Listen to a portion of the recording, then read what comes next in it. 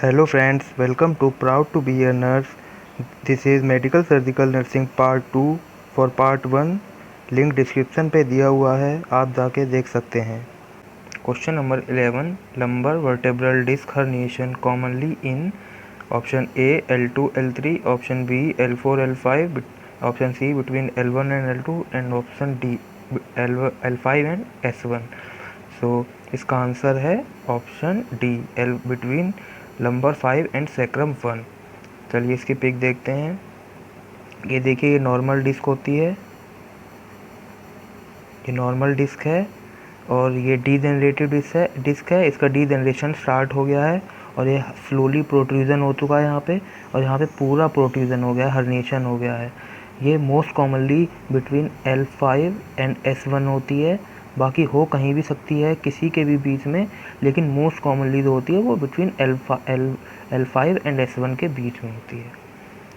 Now next question, lack of intrinsic factor is associated with option A pernicious anaemia, option B sickle cell anaemia, option C microcytic anaemia and option 4 iron deficiency anaemia.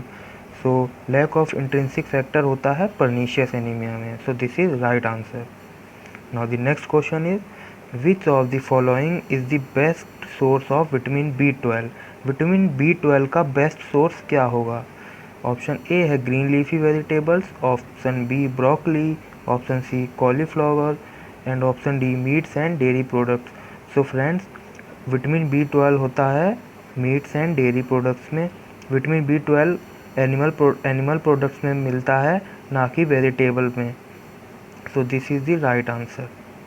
Now the next question, Lyme's disease produces a characteristics and annular circular rash known as Lyme's disease जो होती है skin में होती है, तो ये annular circular rash produce करती है, तो उसको क्या कहते हैं? ऑप्शन ए है papules, option B plaques, option C bullae and option D bull's eye rash.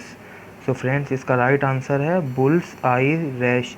Bull's eye rash का मीन ये नहीं है कि आई में कोई प्रॉब्लम होती है। बुल्स आई रैश का मतलब है, आप पिक में देखिए, बुल्स आई का मतलब है कि ये बुल आई की तरह रैशेज हो जाते हैं स्किन में। ये देखिए, आप देख सकते हैं, बुल आई की तरह रैशेज हो गए हैं स्किन में, इसीलिए इसे कहते हैं bull's eye rash. Now the next question, question number 15, in Klinefelter syndrome number of chromosomes is option A 47 chromosomes, option B 45 chromosomes, option C 46 chromosomes and option D 48 chromosomes।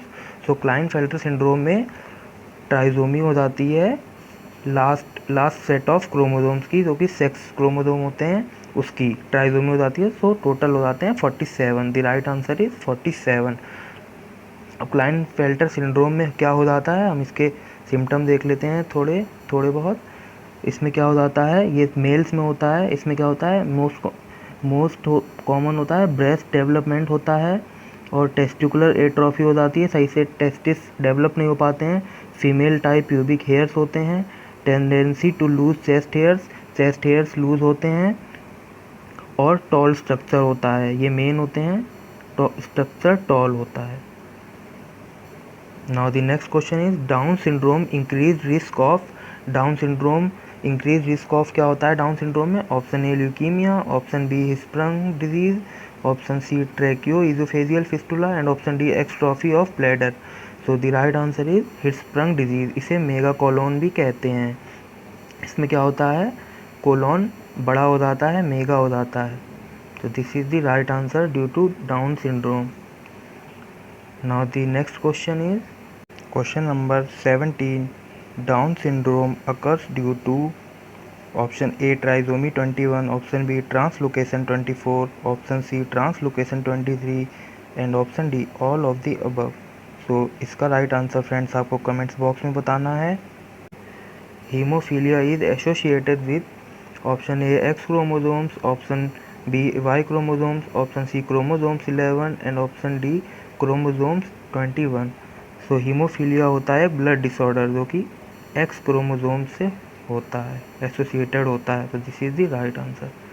Now the 19th question is rapid in infusion of insulin cause infusion का rapid insulin का rapid infusion से क्या cause होता है? Option A hyperkalaemia, option B hypokalaemia, option C hypernatraemia and option D hyponatraemia. So the right answer is hypokalaemia. So friends, potassium level decrease हो जाता है rapid infusion of insulin से। सो हम इसका रैशनल देखते हैं। इसका रैशनल है insulin excess especially if diabetic can cause a shift of potassium into cells. Hypokalemia, potassium is excreted or flushed out of your system by your kidney.